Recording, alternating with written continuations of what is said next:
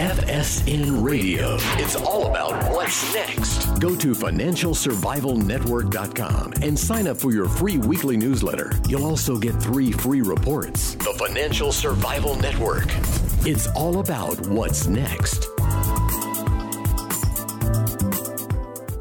Welcome. You are listening to the Financial Survival Network. I'm Kerry Lutz. It's the second to last day of November 2017. Where did the year go? Hey, I'm still recovering from Thanksgiving, always my favorite holiday of the year, but there's a lot more to be thankful for, and you need to be thankful and express gratitude every day of the year. Don't just save it for that one day per year or several religious holidays. Gratitude is a state of being. And, well, the person you're about to hear from is very grateful about an event that happened almost a year to the day last November in 2016. I'm talking about the election of Donald Trump. And you can have your own views. You're welcome to them. But I predicted long ago in July of 2015 that Trump was going to win, and he never disappointed. So our guest is a good long-term friend of mine, Naresh Vissa. And Naresh has written several books before. Naresh,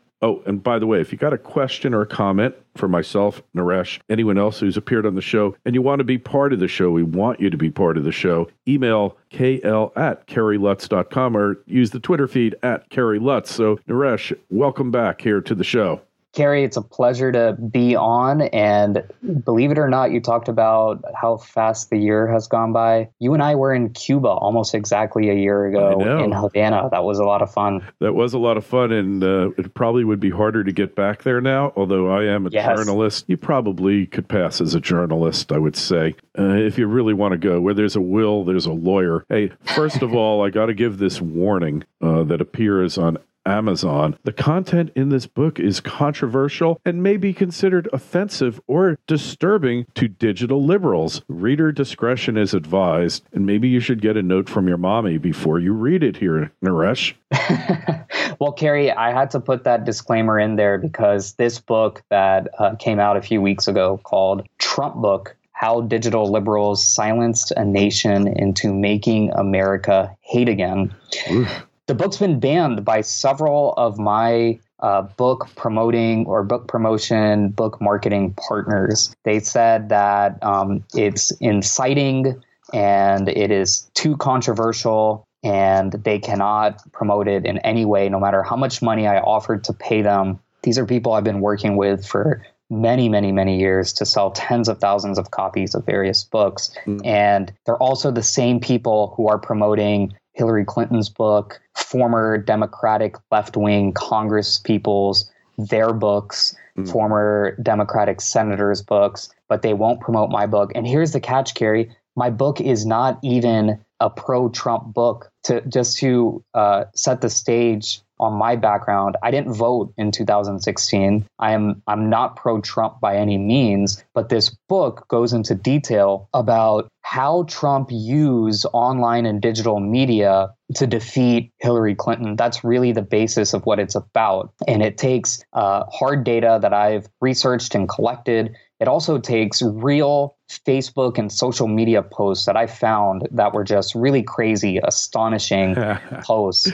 And I spent a year compiling these illogical, some of them are logical, but most of them are illogical, crazy posts about how their lives are over, how they're going to get raped because Mike Pence is going to take away abortion, and how women are going to be glued to the kitchen, and just crazy, crazy posts that people were posting on my own Facebook newsfeed. So it's a book that deals with online and digital and how Trump utilized it, and how his biggest detractors, his biggest haters were the ones who actually got him elected in 2016. That is a great, great point.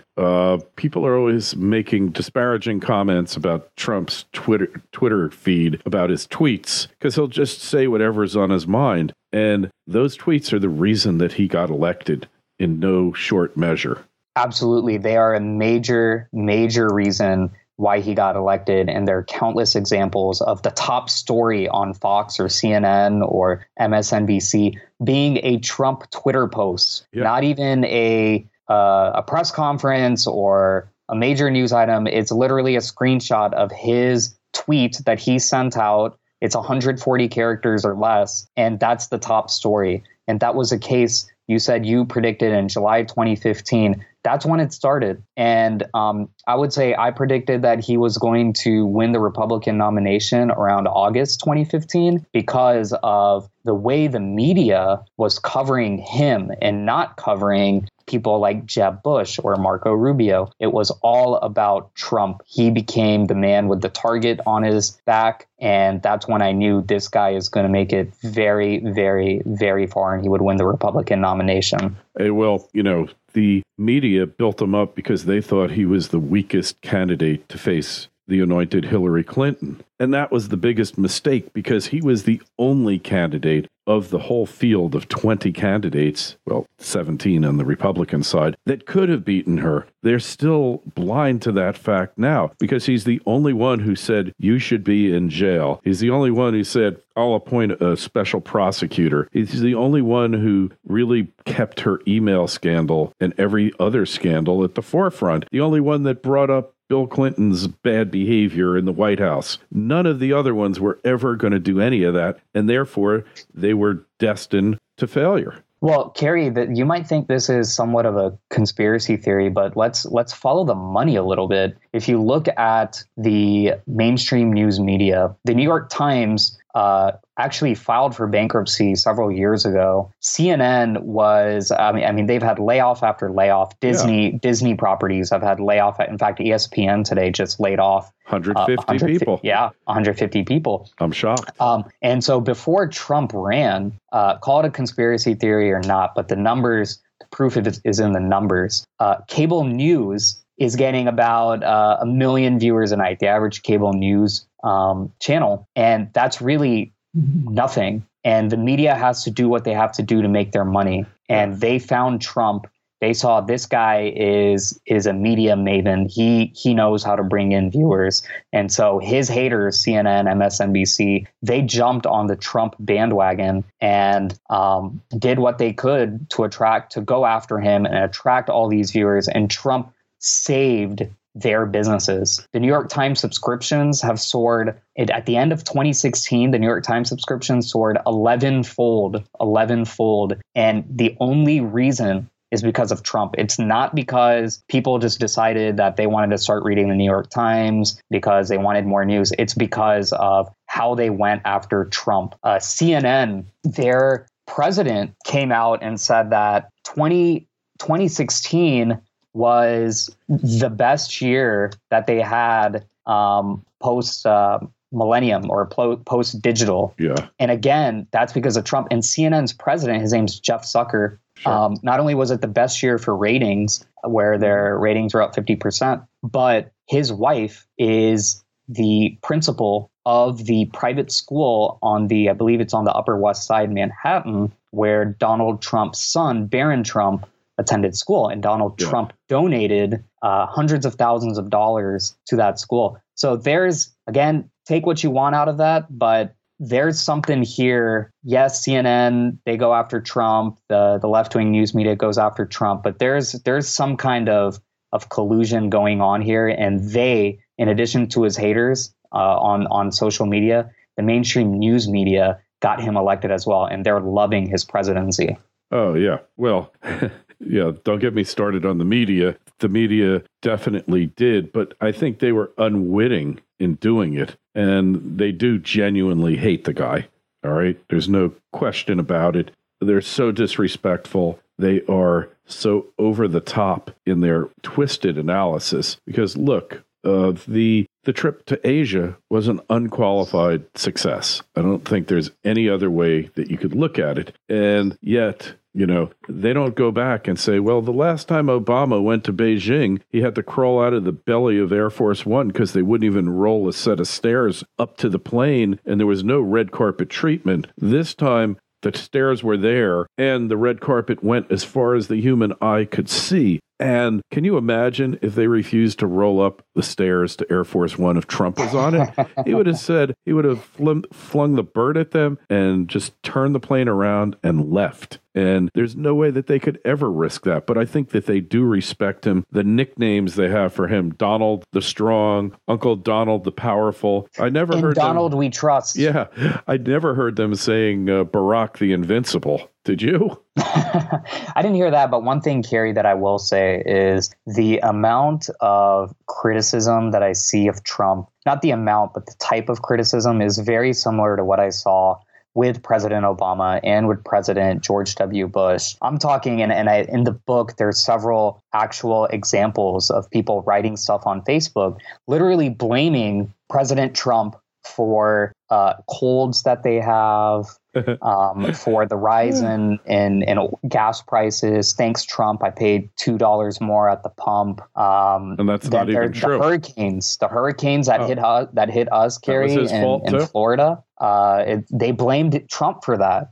I mean, I don't even know how somebody has the power to create, especially someone who's been in office for, a couple of months, how he has these superpowers to create such a man, or what these people think are man-made events. So I saw the same thing with Obama, where people were blaming him for every little thing, and people were blaming George W. Bush for every little thing. Yeah. There was a news article last week, you probably saw it. It was front page about how Trump he was giving a speech and he picked up his glass of water to drink his water twice. Yeah. Oh my God. Yeah. How can you not drink water properly? I don't quite get that. What did I miss there? Obviously I'm in a different time zone or different generation, because I just can't see it occurring, but yet it does occur. Hey, so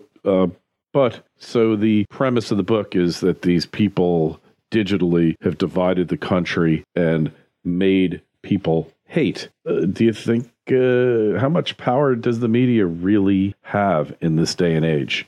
Well, the media is not just the mainstream news media. Social media is even more powerful than ever before. And it wasn't even relevant in 2000 and 2004.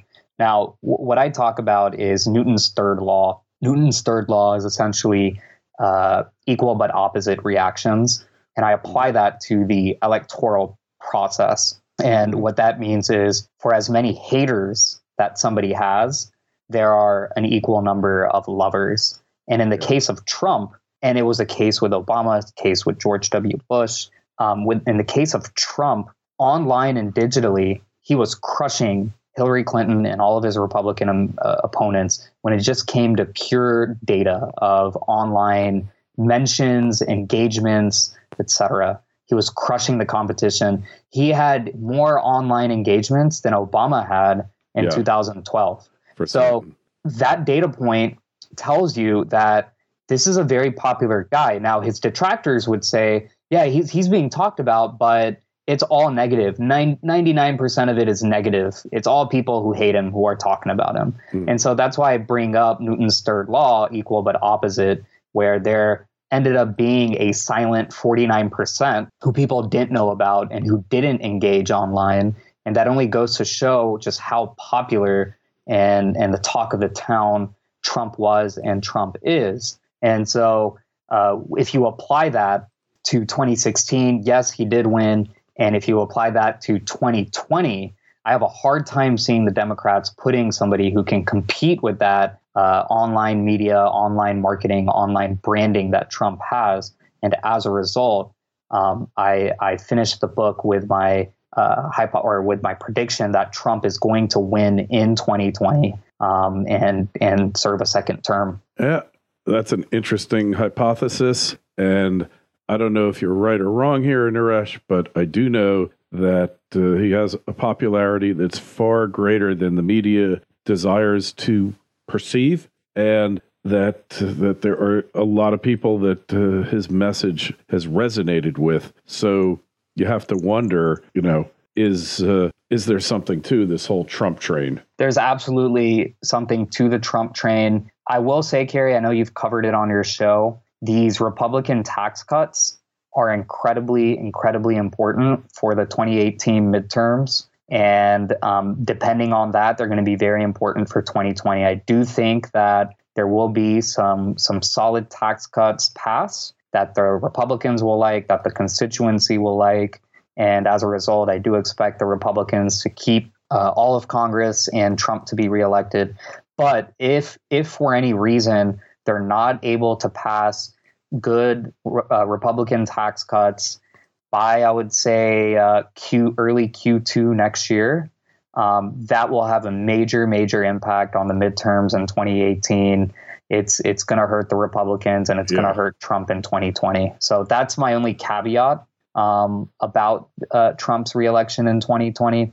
But outside of that, defeating Trump in 2020, you bring up the news media and media in general, the left, the social media posters, the left-wing news media, they can still defeat Trump in 2020, but they're not showing any signs of acceptance. The acceptance that Trump is their president. You still see the hashtag not my president, which is childish and really out of touch with reality. If you can't accept who your president is, if you can't accept how life is today, there's no way you're going to be able to move forward tomorrow. And so these people, they're not very accepting of that. They're not very accepting of their neighbors, the people around them, what their views are, why they think a certain way. They've called them names. They've called them race. I mean, Carrie, I'm sure you've been called every name in the book: racist, bigot, xenophobic, you name it. Just like I've been called every name in the book. Yeah. And if that's their way of dealing with alternative points of view, people who don't agree with them or people who don't live like them or act like them, to just blindly go ahead and call all those people racists or bigots. It's going to continue. Newton's third law again. The silent 49% is going to speak up. And finally, they just keep giving him attention. They just won't stop with the water, the drinking of the water. Like, seriously, you're going to make that front page news? What about there was one as absurd as that. That was when Melania was wearing spiked heels on the way to Houston. Yeah.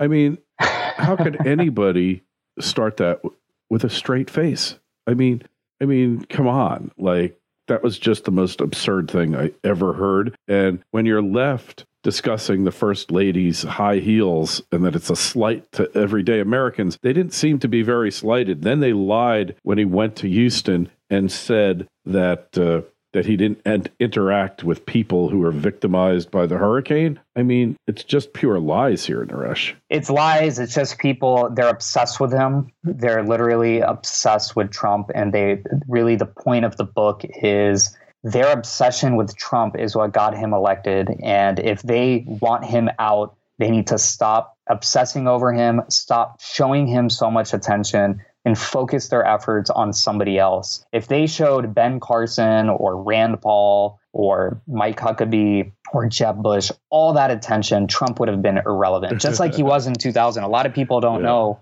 but Trump ran in 2000 as a third-party independent for the Reform Party, and he ran on a platform of Hillary care. He wanted Oprah to be his vice president. He's had a long-lasting relationship with her and several other socialist media personalities and politicians. Sure. And he was a lot more coherent back in 2000 than he is today. If you can go back, look at his old interviews from the 90s and when he ran in 2000, a lot more coherent. But nobody gave a crap about him. They didn't show him any attention. They didn't take him seriously. Now all of a sudden, people are doing the opposite, and all they're doing is helping him. Hey, and you know what's so amazing here, Naresh, is that no sooner do you release the book, then there's so much that has happened here that would really be relevant to your book. So you're going to have to do an update. I'm talking about the Hollywood sexual harassment, sex assault scandals, Harvey Weinstein. Just today, Matt Lauer got the boot. Matt Lauer. And he was interviewing Al Franken about somebody's sexual harassment. Al Franken's in the doghouse. John Conyers, longest-serving congressman from Detroit in the House of Representatives. He's on the hot seat. And it's like, look, what I try to try to explain to you out there is that everything is connected. The media disconnects the dots, Naresh. They say, oh, this is unrelated to that, to that. It's all connected. Sometimes it's more connected than in other times. I believe these are very connected. And I'll look forward to your update on this book because really it's so relevant and momentous at this point. Yeah, well, I have an entire chapter about why Hollywood should shut their mouths about politics. These are arrogant, self-important individuals who go to these award shows like the Oscars and Golden Globes, and they have no idea what they're talking about. They fly in private fuel-wasting jets and yachts to give speeches on climate change. I mean, noticed that, huh?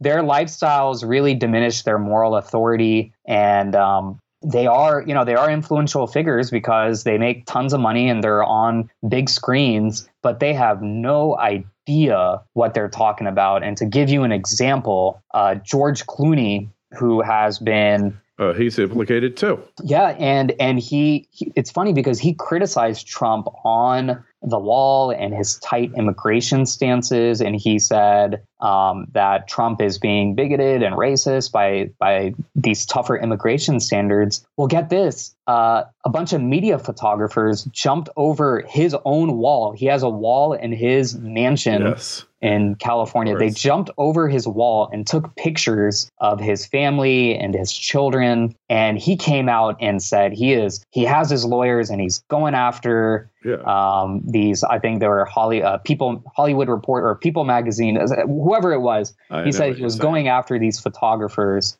and that they would be prosecuted to the full extent of the law. And I'm just thinking this Hollywood ignoramus, just like all of them are, who criticize a president for tightening to essentially try to get rid of illegal immigration. He's upset that people who are legally here are jumping over his wall that he built. And yes, it is illegal to jump over private property, but it's also illegal for illegals to come into this country. And if I were the magazine that published this, I would give out his address and send it to the entire illegal alien population of Mexico so that they can jump over Clooney's wall and he can see exactly what it feels like for a bunch of illegals to come in and violate privacy and take benefits and all that. If you want to come to this country, you can absolutely come in. Just do it legally. That's how my family came here. That's how many people we know, Carrie, came here. They went through the process, they got approved, and they moved here. There's no need for people to jump over walls or build tunnels and, do whatever they need to do to get here illegally. Just come here legally. Hey, we want you to come here legally, all right, and enjoy the benefits. Don't come here looking for welfare, looking for handouts, looking for EBT cards, which is what the progressives, I don't want to say the party, are all about. Anyway, if you're listening, I'm here with Naresh Vissa. His book, TrumpBook, How Digital Liberals Silenced a Nation into Making America Hate Again. And again, look at the warning on the Amazon page. You find it on Amazon. Order it. It's a great book. Naresh, good friend. We've known each other a long time. Do you want to be here, Naresh, in Florida, or would you rather be 90 miles off the coast in the People's Republic of Cuba? You know, where would you rather be? You saw what that place was like. It's falling to pieces all over. That is the natural result of socialism. And the cry of true hardened socialists is let them eat dog. So you want to find out why people hate each other, why we're a divided country, although we're less divided than the media would have you believe, because we have far more things in common, far more issues of import in common than not. But it's all phraseology and semantics, and it doesn't mean a thing. Naresh, where else do we find you? What's your website? Get on my free newsletter, NareshVissa.com. I send out tidbits on online business, e-commerce, online marketing. You can get the book. It's available on BarnesandNoble.com, Amazon. You can go NareshVissa.com. It's selling well despite the censorship, despite the bans. And Carrie, thank you so much for getting me on the show. And I look forward to connecting again in the future. I'm sure we will. In the not too distant future, you're always welcome here, Naresh. And by the way, questions, comments, join the show. It's your show, KL@Kerry Lutz, Twitter feed @Kerry Lutz, Facebook page, Financial Survival Network. Naresh, we'll talk to you again real soon. Great luck on the book. Appreciate it, Kerry. FSN Radio. It's all about what's next. Go to financialsurvivalnetwork.com and sign up for your free weekly newsletter. You'll also get 3 free reports. The Financial Survival Network. It's all about what's next.